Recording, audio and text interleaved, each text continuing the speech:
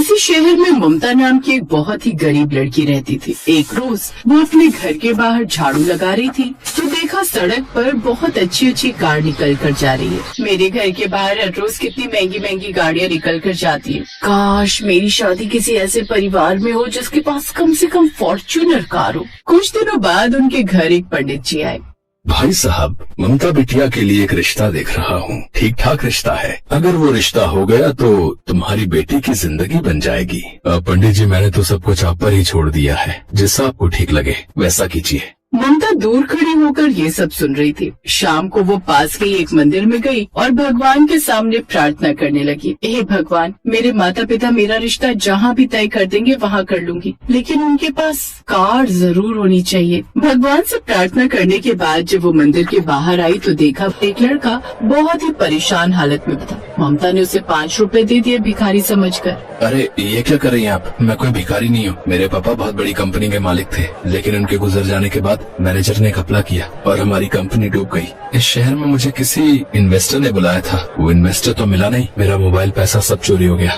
कोई बात नहीं, आप भगवान से प्रार्थना कर लीजिए, वो आपकी प्रार्थना जरूर सुनेंगे।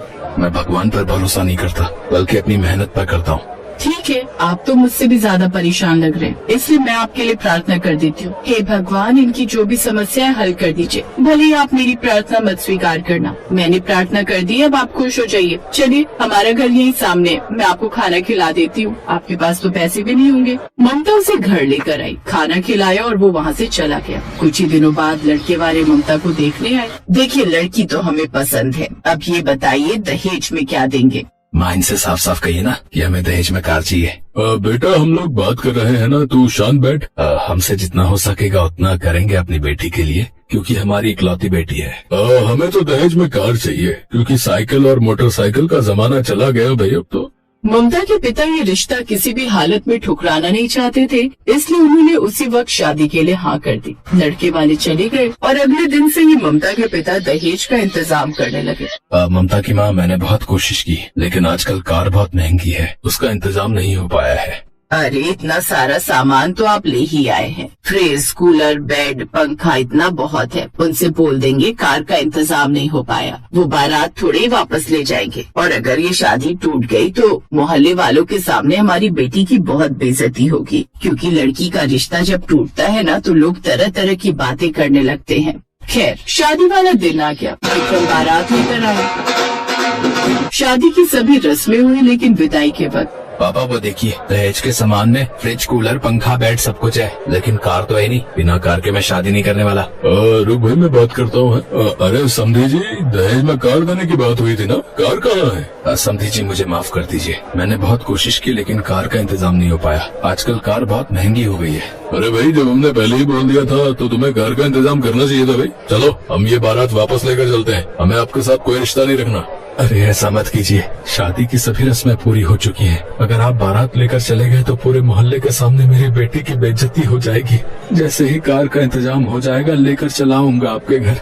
पंडित जी के कहने पर लड़के वाले ममता को विदा करके ले गए। ससुराल पहुंचते ही ममता के ऊपर अत्याचार होने लगा। सुन, थोड़ी देर बाद तेरी मुंह दिखाई होने वाली है। मोहल्ले वाले आते ही होंगे, जल्दी से पूरे घर में झाड़ू लगा, उसके बाद उन सबके लिए नाश्ता बना। ठीक है सासू माँ। उसकी सास ने उसे कपड़े तक नहीं बदलने दिए। ममता ने दुल्हन के लिबास में सबके लिए नाश्ता बनाने लगी। थोड़ी देर बाद मुंह दिखाई की रस्म शुरू हो गई। बहू तो बड़ी सुंदर है, ये लो बिटिया मेरी तरफ से। क्यों विक्रम की माँ, तुम तो शादी के पहले बहुत लंबी लंबी हाँक रही थी कि तुम्हारे बेटे को दहेज में कार मिलेगी। सुना तूने? तेरी वजह से मोहल्ले वालों से मुझे क्या क्या सुनना पड़ रहा है। बहू को क्यों डांट रही हो? गलती तुम्हारी है, पहले से इतनी बड़ी बड़ी बातें नहीं करनी चाहिए थी। सारी औरतें वहाँ से चली गई। ममता अपने कमरे की तरफ जा ही रही थी कि तभी, कहाँ जा रही हो महारानी? ये सब कचरा कौन साफ करेगा? बर्तन कौन धोएगा? तुम्हारा बाप? सासू माँ, मेरे पापा को बीच में मत लाइए, मैं बहुत थक गई हूँ। थोड़ा आराम कर लूँ, उसके बाद साफ सफाई कर दूंगी, बर्तन भी धो दूंगी। तभी वहाँ पर उसका पति विक्रम आ गया।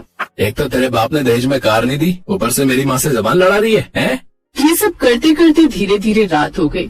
जब सुहागरात की बारी आई तब वो गिलास में दूध लेकर अपने कमरे में गई। कहाँ घुसी चली आ रही है? चल भाग यहाँ से। जब तक तेरा बाप कार नहीं दे देता तब तक तो इस घर में नौकरानी बनकर रहेगी, समझी? चल जा, किचन में जाकर सो जा। ममता की आंखों में आंसू आ गए और किचन में जाकर सो गई। अब ये रोज का काम हो गया था। उसके ससुराल वाले उसे हर रोज प्रताड़ित करते थे। जब एक हफ्ते तक उसके पिता ने कार नहीं भेजी, तब ससुराल वालों ने कहा, अरे बहुत नौटंकी देख ली हमने तेरी है? एक हफ्ता बीत गया, अभी तक तेरे बाप ने कार नहीं भेजी। अपने बाप से बात कर, अगर कल तक कार नहीं आए तो हम तुझे मार डालेंगे, बता रहे हैं। ममता बेचारी रोते हुए किचन में गई और अपने पापा को फोन करके सारी बात बता दी। ममता, अभी तक तो कर्जा भी नहीं उतर पाया है, कार का इंतजाम कहाँ से करूँ? तुम तो सब जानती हो। पापा, अगर कल तक कार का इंतजाम नहीं हुआ तो कल का दिन मेरी जिंदगी का आखिरी दिन होगा। इतना बोलकर ममता ने फोन रख दिया। अगले दिन ममता की ससुराल में वही लड़का फॉर्च्यूनर कार लेकर आया। अरे आप यहाँ कैसे? आपको मेरे ससुराल का पता किसने बताया? मैं तुम्हारे घर गया था, तुम्हारे पापा ने मुझे सब कुछ बता दिया है। उस दिन मंदिर में मैंने तुम्हारी सारी बातें सुन ली थी। तुमने भगवान से प्रार्थना की थी कि तुम्हारी शादी ऐसे घर में हो जिनके पास कार हो, लेकिन उसके बाद तुमने मेरी परेशानी देखी और भगवान से ये प्रार्थना की कि भगवान चाहे मेरी प्रार्थना न स्वीकार करना, इस लड़के की स्वीकार कर लेना। और तुम्हारी प्रार्थना काम कर गई। वो इन्वेस्टर मुझे मिल गया और मेरी कंपनी फिर से खड़ी हो गई। इसलिए मैं मुंह दिखाई में तुम्हें फॉर्च्यूनर कार देने आया था, लेकिन तुम्हारे घर जाकर तो कुछ और ही पता चला। ये सुनकर ममता बड़ी खुश होती है और वो गाड़ी तोहफा समझकर रख लेती है। पहले तो उसके ससुराल वाले भी कार देखकर खुश हो जाते हैं, लेकिन फिर सास को ये बात कुछ खटकने लगती है। वैसे बेटा, एक बात कहूँ, बुरा मत मानना, लेकिन तुझे ये कुछ अजीब नहीं लगता? मतलब आजकल के जमाने में कोई किसी को एक रुमाल तक गिफ्ट नहीं देता, और वो अनजान लड़का एक दिन की मुलाकात के पीछे बहू को इतनी महंगी कार देकर गया। बात तो तुम्हारी एकदम ठीक है ना। और खासकर कोई लड़का बिना किसी मतलब के यूं ही किसी लड़की को इतना महंगा गिफ्ट नहीं दे सकता। जरूर दाल में कुछ काला है। विक्रम के मन में ममता के चरित्र को लेकर शक पैदा हो चुका था। अब वो ममता पर और भी ज्यादा जुल्म करने लगता है। अच्छे जानता हूँ मैं, जरूर यार होगा वो तेरा शादी से पहले का, जिसके साथ तूने न जाने क्या क्या रंगरलियां मनाई होंगी। इसलिए तो आज वो तुझे इतना महंगा तोहफा देकर गया है। सच सच बता, अभी भी तू छुप छुप कर उससे मिलने जाती है ना? बता, कौन से होटल में जाती है, बता। बस कीजिए, अब और नहीं। आप लोगों के जुल्म में कब से सही जा रही हूँ। आपकी मैंने हर मांग पूरी की, यहाँ तक कि अपने पिता को भी कितना परेशान किया कार के लिए, लेकिन अपने परिवार की इज्जत की खातिर मैं ये सब सहती रही। लेकिन अब बात मेरे चरित्र पर आ गई है और अब मैं ऐसे घर में नहीं रह सकती जहाँ के लोग मेरे चरित्र पर उंगली उठाए। आजा, निकल इस घर से। तेरा गरीब बाप भी तेरा बोझ नहीं उठा सकता। 2 दिन बाद खुद ही लौट कर आएगी यहाँ। भीख मांगकर गुजारा कर लूंगी, लेकिन इस घर में मैं नहीं रह सकती। ममता पीछे मुड़ने लगी, तभी वहाँ आदित्य खड़ा था। मुझे नहीं पता था कि इस आदमी की सोच इतनी घटिया है। हम दोनों के बीच ऐसा कुछ नहीं है। कम से कम तुम अपनी पत्नी पर तो भरोसा कर लेते। अब तुम क्यों आए हो यहाँ? तुम्हारे एक गिफ्ट के कारण मुझ पर कैसे कैसे इल्जाम लगाए गए। मेरी शादी तक टूट गई। अब मुझे कोई नहीं अपनाएगा। मेरे बाबा तो जीते जी मर जाएंगे।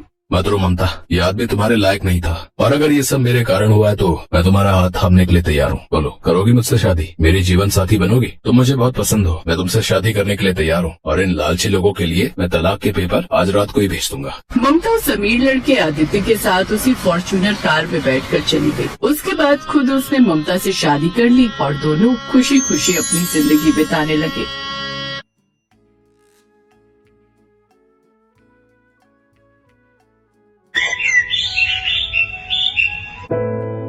राधा की शादी हुई तो वो बहुत ख्वाहिशों के साथ अपने ससुराल पहुंची, पर राधा की सारी ख्वाहिशें वहीं खत्म हो गई जब उसने अपनी सास सुधा और ननद कमलेश का व्यवहार देखा।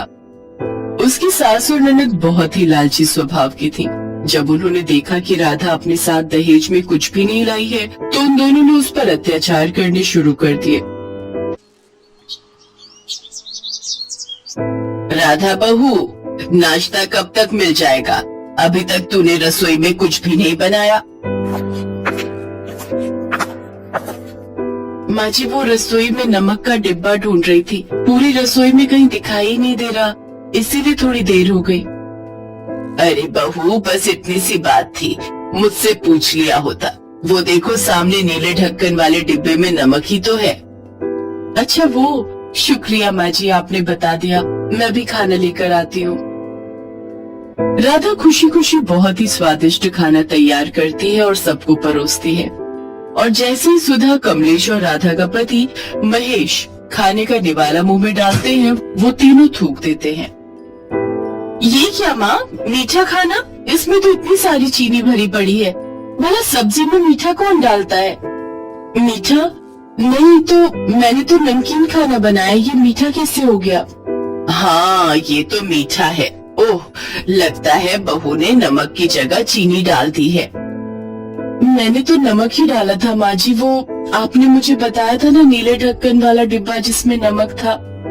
सत्यानाश, अरे मैंने नीले ढक्कन वाला नहीं बोला था, मैंने पीला ढक्कन वाला बोला था। नीले वाले में तो पिसी चीनी रखी थी, तुझे सुनने में गलती हो गई। कैसी बेवकूफ बहू घर में आई है। नहीं माँ जी, आपने मुझे नीले ढक्कन वाला ही बोला था, मुझसे सुनने में गलती नहीं हो सकती। अरे माँ, ये कल की आई हुई आपको झूठा बना रही है, बताओ तो। राधा, ये क्या तमीज है माँ से बात करने की? माँ क्या झूठ बोलेंगी? इतने सालों से माँ ही रसोई संभाल रही है, वो इतनी बड़ी भूल नहीं कर सकती। पूरा खाना खराब कर दिया, अब दुकान पर पूरा दिन भूखा ही रहना पड़ेगा। अरे महेश बेटा सुन तो, मैं तुझे दूसरा खाना बना कर देती हूँ, रुक तो बेटा, रुक जा। महेश गुस्से में चला जाता है और राधा की सास और ननद उसे पीटना शुरू कर देती हैं। एक तो पहले ही तेरे ऊपर तरस खाकर तुझे अपने घर की बहू बना लिया, अपने साथ दहेज में फूटी कौड़ी भी लेकर नहीं आई, ऊपर से खाना बनाया वो भी मीठा, और मुझे झूठा ठहराती है। हाँ आज तेरी खैर नहीं। सुधा और कमलेश राधा को बहुत पीटती है, राधा खूब रोती है। अब तो रोजाना ही किसी न किसी बात पर सुधा और कमलेश राधा को मारती पीटती रहती थी। महेश अपनी माँ और बहन पर ही विश्वास करता था और उसे लगता था कि राधा ही गलत है। मेरा विश्वास कीजिए, माँ जी ने जानबूझकर आपकी नई कमीज धोने में डाल दी। मुझे पता था कि आपने इसे धोने से मना किया है। देखो राधा, तुम मेरी माँ और मेरी बहन को बहुत बदनाम करती हो, मैं उनके खिलाफ एक शब्द भी नहीं सुन सकता। बस मुझे और कुछ नहीं कहना। अब तुमने जो गलती की है उसके लिए मैं तुम्हें कुछ नहीं कह सकता, पर ध्यान रखो, तुम मेरी माँ और मेरी बहन के लिए मुझे भड़काना बंद करो, समझी? महेश राधा पर बिल्कुल भी विश्वास नहीं कर रहा था, न ही उसकी बात सुनने को तैयार था। राधा बहुत दुखी रहने लगी। वो अपने माता पिता को इस बारे में कुछ नहीं कह सकती थी, क्योंकि राधा की परेशानी के बारे में सुनकर वो भी दुखी हो जाते। ऐसे कुछ दिन बीत गए। एक दिन महेश की नानी उससे मिलने आई हुई थी, पर महेश उनसे नहीं मिल पाया क्योंकि वो किसी काम से दूसरे शहर गया हुआ था। राधा ने उनकी बहुत सेवा की। नानी से मिलकर राधा बहुत खुश थी, पर राधा ने देखा कि उसकी सास और ननद नानी की बिल्कुल भी परवाह नहीं कर रही हैं। ये देखकर राधा को बहुत हैरानी हुई। राधा बेटी, तुम यही सोच रही हो ना कि सुधा और कमलेश मेरे से बात क्यों नहीं करती हैं? आज मैं इसकी सच्चाई तुम्हें बता ही देती हूँ। सुधा महेश की सौतेली माँ है। मेरी बेटी यानी कि महेश की सगी माँ कमला तो महेश जब 3 साल का था तभी इस दुनिया को छोड़कर चली गई थी। महेश ये बात जानता है, पर बचपन से वो सुधा के साथ रहा, इसीलिए वो सुधा को सगी माँ से भी ज्यादा प्यार करता है और कमलेश को अपनी सगी बहन की तरह ही प्यार दुलार देता है। पर वो ये नहीं जानता कि सुधा और कमलेश उसे सौतेला ही मानती हैं। बाकी तो तुमने शादी के बाद देख ही लिया होगा। मैं जानती हूँ इन्होंने तुम्हें भी नहीं छोड़ा होगा। इन्हें पैसे वाले घर की लड़की बहू बनानी थी। ये दोनों एक नंबर की लालची हैं।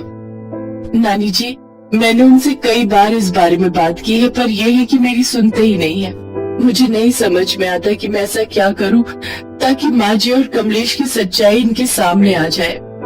सुधा और कमलेश बाजार गई हैं। उनके आने से पहले मैं तुम्हें सब समझा देती हूँ, चिंता मत करो। ये देखो, हमारे पूर्वजों का 9 लखा हार है। मेरी सास ने मरते समय मुझे दिया था। शादी के बाद ये हार मैं कमला को देना चाहती थी, पर उसने मुझे कहा कि जब महेश बड़ा होगा तब मैं उसकी बहू को ये हार दूं। कमला और जमाई बाबू तो ये सब देखने के लिए अब इस दुनिया में नहीं है। बेटी, ये 9 लखा हार अब मैं तुम्हें दे रही हूँ। अब बस जैसा जैसा मैं कहती हूँ वैसा ही तुम करना। ये 9 लखा हार भी तुम्हारे पास रहेगा और तुम्हारा पति महेश भी सही हो जाएगा। राधा को सब कुछ समझाकर नानी चली जाती है। महेश वापस लौटता है तो राधा उसे नानी के दिए 9 लखा हार के बारे में बताती है। मैं आपको अभी दिखाती हूँ, बहुत सुंदर हार है। एक काम करते हैं, हम इसे माँ को दे देते हैं, माँ संभाल कर रख लेंगी। मैंने तो माँ को बोला था कि आप रख लो, पर उन्होंने मुझे मना कर दिया। बोला कि ये बड़ी जिम्मेदारी वो नहीं संभाल सकती। अच्छा, मैं अभी जाकर पूछता हूँ। लाओ दिखाओ जरा हार। कहाँ गया? अभी तो यही रखा था। अरे 9 लखा हार कहाँ चला गया? मैंने तो अलमारी में इसी डिब्बे में रखा था। महेश, हार गायब है। माँ, आपने राधा का 9 लखा हार देखा, जिसको रखने की जिम्मेदारी राधा आपको दे रही थी? कौन सा 9 लखा हार? मुझे किसी हार के बारे में नहीं पता। वही हार माँ जी जो नानी माँ मुझे देकर गई है। भैया, नानी माँ कौन सा 9 लखा हार देकर गई है? हमें तो भाभी ने कुछ नहीं बताया। सुनिए, मैंने माँ जी और ननद जी को हार दिखाया था। मुझे नहीं पता ये दोनों इस बात से क्यों मुकर रही हैं। इतने प्यार से नानी माँ ने वो 9 लखा हार मुझे दिया था। पता है, वो हार नानी माँ आपकी स्वर्गीय माँ को देना चाहती थी, पर माँ जी का मन था कि वो हार मैं पहनूं, यानी कि आपकी पत्नी और उनकी बहू। मुझे नहीं समझ आ रहा वो 9 लखा हार कहाँ गया। राधा ये सब जानबूझकर कर रही थी। वो ये बात जानती थी। वो बहाने से रोती रोती सुधा के कमरे तक जाती है और उसके पलंग पर बैठ जाती है। राधा ने खुद ही सुधा को सबक सिखाने के लिए हार पलंग के गद्दे के नीचे छुपा दिया था। ये क्या छुप रहा है? इसके नीचे तो कुछ है। क्या है? अरे, ये तो वही 9 लखा हार है जो नानी माँ ने दिया था। सुनिए, ये हार माँ जी के बिस्तर पर है। इसका मतलब माँ जी ने मेरे कमरे से इस हार को चुरा लिया। माँ जी, मैं तो आपके पास खुद ही ये हार लेकर आई थी, फिर आपको इसे चुराने की क्या जरूरत थी? माँ, आपने ऐसा क्यों किया? आपने चोरी की अपने ही घर में? मुझे सच में अपने ही घर में? मुझे सच में ये देखकर बहुत हैरानी हो रही है। नहीं महेश बेटा, मैंने कोई चोरी नहीं की। मुझे नहीं पता ये हार यहाँ कैसे आया। महेश अपने कमरे में चला जाता है। बस ऐसे ही कितनी बार मैंने भी अपनी सच्चाई का सबूत दिया, पर आपने हमेशा मुझे झूठा ठहराया। अब आपको पता चल रहा है कि किसी को जबरदस्ती झूठा फंसाने से उस व्यक्ति को कितना दुख होता है। आज आप पर बीत रही है ना, तब आपको समझ आ रहा है। अब देखना, धीरे धीरे मैं महेश को अपनी तरफ ले लूंगी और उसके बाद आप दोनों यहाँ नहीं रहोगे। नहीं नहीं, मुझे माफ कर दो बहू। मेरा और मेरी बेटी का इस दुनिया में कोई भी नहीं है। मैं तो इसी घर में अपने बेटे के सहारे रह रही हूँ। मैं महेश को सब सच बता दूंगी कि मैंने तुम्हारे साथ क्या क्या किया। मैंने तुम्हें बहुत दुख दिए। अचानक महेश सारी बातें सुन लेता है। उसके पैरों तले जमीन खिसक जाती है कि अब तक वो अपनी पत्नी राधा को कितना गलत समझता था, पर असली गुनहगार उसकी माँ और बहन थी। मैंने सब कुछ सुन लिया माँ, पर मैं आप दोनों को यहाँ से कहीं नहीं भेजूंगा। लेकिन आप दोनों से मेरा कोई वास्ता भी नहीं रहेगा। मैं अपनी पत्नी राधा के साथ घर के उस तरफ रहूंगा। मैं कल ही किसी को बुलाकर यहाँ दीवार खिंचवा देता हूँ, ताकि आपका चेहरा मुझे दिखाई न पड़े। नहीं नहीं महेश बेटा, मुझे माफ कर दो। लालच में आकर मैंने बहू के साथ बहुत गलत किया। मैं भले ही तुम्हारी सौतेली माँ हूँ, पर बचपन से मैंने तुझे पाल पोस कर बड़ा किया है। मुझे माफ कर दो बेटा। सुनिए, मैं ये कभी नहीं चाहती कि आप माँ जी और ननद जी से अलग रहे। मैं तो बस इन्हें इनकी गलती का एहसास दिलाना चाहती थी, और इस सब में नानी माँ ने ही मेरा साथ दिया। बस इन्हें अपनी गलती का एहसास हो गया, मुझे और कुछ नहीं कहना।